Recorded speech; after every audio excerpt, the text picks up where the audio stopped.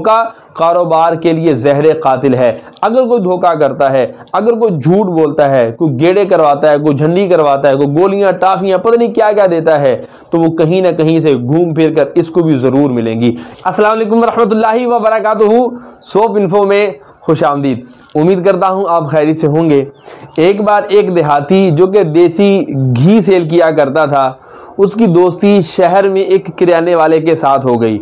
यूँ अपना देसी घी उसको सेल किया करता और बदले में अपने घर का ज़रूरी सामान ले जाया करता।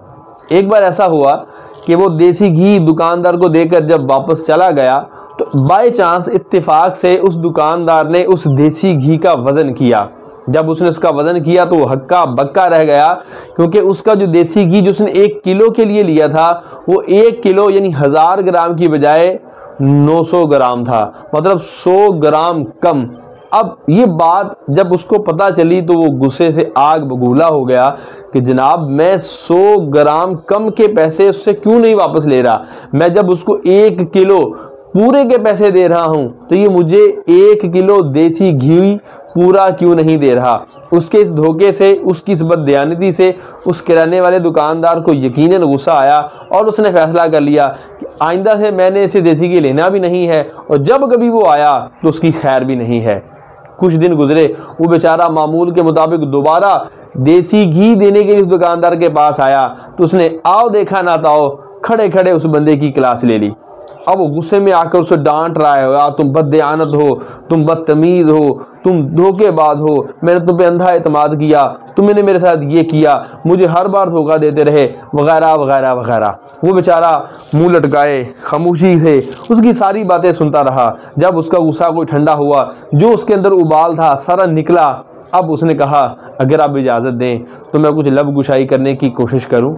वो देहाती कहने लगा जनाब असल में बात यह है कि कुछ दिनों पहले या कुछ अरसा पहले मेरे स्केल के, मेरे कंडे के जो बाट होते हैं, जैसे हम पंजाबी वट्टे भी कहते हैं, वो असल में गुम हो गए हैं। अब मेरे पास जो कि वज़न करने के लिए वट्टे नहीं थे, बाट नहीं थे, तो लिहाजा मैंने ऐसे किया कि जो चीनी 1 किलो में आपसे ख़रीद कर लेकर गया था, मैंने एक पलड़े में उस 1 किलो चीनी को रखा और दूसरे पलड़े में आपके देसी घी का नाप तोल किया।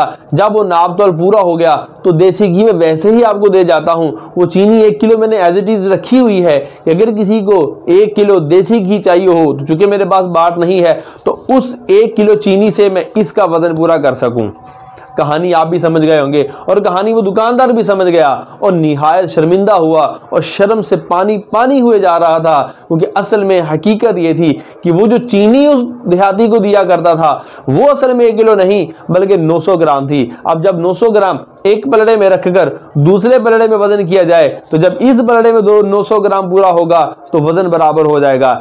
अब दुकानदार ने भी अपनी गलती मानी और उससे माफ़ी चाहिए और कहा आप मुझे माफ़ कर दें, मैंने आपको माफ़ किया, मेरी वजह से आप धोखे में पड़े और न जाने कितनों के साथ आपने ये काम किया। इस कहानी का, इस वाक़े का एक सबक तो ये मिलता है कि जैसी करनी वैसी भरनी। हम जहाँ भी हैं, जैसे भी हैं, अगर खुदा न खास्ता हमारी ज़ात से किसी को नुकसान पहुँच रहा है, किसी को दुख पहुँच रहा है या किसी को धोखा पहुँच रहा है तो फिर होगा ये कि कहीं ना कहीं, कभी ना कभी वो धोखा घूम फिर के हमारे पास पहुंच जाएगा।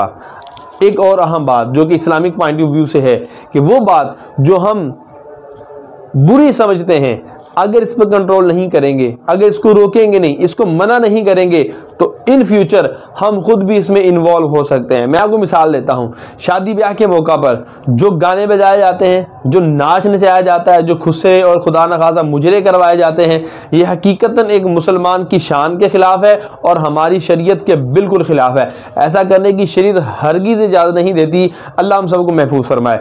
एक बंदा है जो इन चीज़ों को पसंद नहीं करता मगर मना भी नहीं करता, होगा ये आने वाले वक्त में वो खुद इस बुराई में मुब्तला हो सकता है। कैसे? जब उसकी औलाद जवान होगी, हो सकता है कि वो देखे कि मेरा बाप इन बुराइयों को मना नहीं करता, तो जब उनकी शादी होगी तो हो सकता है कि वो आपके आगे डिमांड रखें कि मेरी शादी पर गाने चलेंगे, मेरी शादी पर गाने बाजे बजेंगे, मेरी शादी पर डांस होगा। तो फिर आप मजबूर हो सकते हैं, आप ना चाहते हुए भी उनकी ख्वाहिशात को पूरा करने पर मजबूर हो जाएंगे और यूं आप उस बुराई जिसको आप बुरा समझते थे खुद आपके घर में होती हुई देख रहे होंगे। तो अगर आपको अल्लाह ने कुदरत दी है हाथ से रोकने की, हाथ से रोकिए। ज़बान से रोकने की, ज़बान से रोकिए। कम अज़ कम दिल में ज़रूर बुरा जानिए और उन कामों से बचिए। धोखा कारोबार के लिए ज़हर कातिल है। अगर कोई धोखा करता है, अगर कोई झूठ बोलता है, कोई गेड़े करवाता है, कोई झंडी करवाता है, कोई गोलियां टाफियां पता नहीं क्या क्या देता है, तो वो कहीं ना कहीं से घूम फिर कर इसको भी ज़रूर मिलेंगी। एक बड़ी अजीब सी बात है, मैं खुद अगर किसी को धोखा देता हूं लेकिन ख्वाहिश ये रखता हूं या अल्लाह मुझे कोई धोखा न दे। मैं खुद किसी के साथ बुरा सलूक करता हूं, ख्वाहिश ये रखता हूं या अल्लाह मेरे साथ कोई बुरा सलूक ना करे। मैं किसी के पैसे दबा देता हूं, ख्वाहिश ये रखता हूं कि मेरे पैसे कोई ना दबाए। तो my dear, it's not possible. ये मुमकिन नहीं है कि हम किसी के साथ बुरा करें और हमारे साथ अच्छा ही अच्छा हो। अल्लाह पाक किसी के साथ ज़्यादती होने नहीं देता। वो कादिर है, वो करीम है, वो रहीम है, वो सारे मामलात को जानता है। तो हमें अगर कोशिश करके दूसरों के साथ अच्छा करने की कोशिश करें तो यकीनन हमारे साथ भी अच्छा होगा।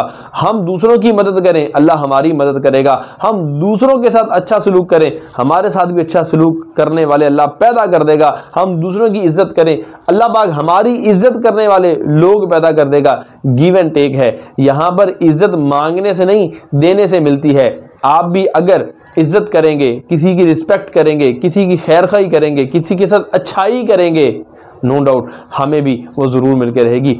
उम्मीद करता हूँ आज का पैगाम आपको अच्छा लगा होगा। अगर अच्छा लगा हो लाइक, शेयर और सब्सक्राइब करके जो भी आपका मन चाहे आप कर सकते हैं। बहरहाल इस पैगाम को अमल करके एक अमली नमूना पेश करके अपने मुआशरे में सुधार पैदा करने की कोशिश करें। एक अच्छे बिजनेसमैन बने, एक अच्छे मुसलमान बने, एक अच्छे मुआशरे के अच्छे फ़र्द बने, ताकि लोग हमें देखकर कहें वाह क्या इस्लाम है, वाह क्या मुस्लिम है, वाह क्या बंदा है यार। लोग हमारी तारीफ़ ना करें बल्कि हमारी मिसाल दें। हम खुद मिसाल ना दें, हम खुद मिसाल बने। इसी उम्मीद के साथ, इसी दुआ के साथ आपसे इजाज़त चाहूँगा कि अपना बहुत सारा ख्याल रखिएगा, दुआ में याद रखिएगा। देखते रहिए सोप इन्फो, ताकि ऐसी इन्फॉर्मेशन हमारे अंदर आती रहे और हम सीखते रहें, सिखाते रहें। अपना बहुत सारा ख्याल रखिएगा। अल्लाह हाफिज़।